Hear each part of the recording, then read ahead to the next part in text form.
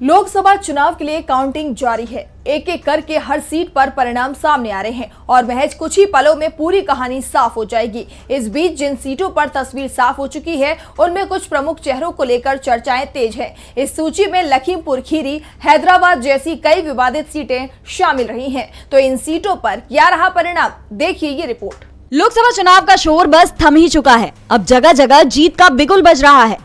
इस बीच सबकी निगाहें कुछ प्रमुख चर्चित सीटों पर लगी रही, जिसमें पहला नाम था प्रज्वल रेवन्ना का।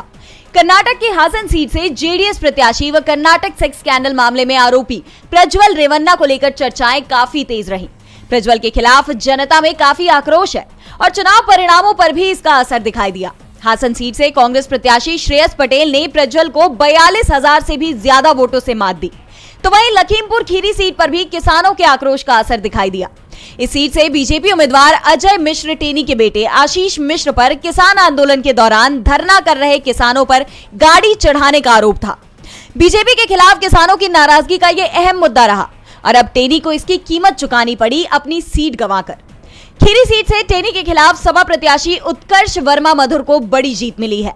तो यूपी की फैजाबाद अयोध्या सीट पर भी कांग्रेस के संविधान के मुद्दे के सामने बीजेपी का राम मंदिर मुद्दा भी फेल हो गया है। 400 सीट को लेकर संविधान बदलने का दावा करने वाले बीजेपी प्रत्याशी लल्लू सिंह को भी जनता ने नकार दिया है। यहां से समाजवादी पार्टी के अवधेश प्रसाद को जीत मिली है।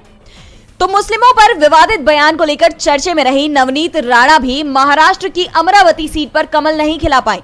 वहीं नवनीत राणा के बचाव में उतरी हैदराबाद सीट से बीजेपी उम्मीदवार माधवी लता, जिन पर मुस्लिम समुदाय की धार्मिक भावनाएं आहत करने के आरोप लगे थे, उन्हें भी असदुद्दीन ओवैसी से करारी हार का सामना करना पड़ा।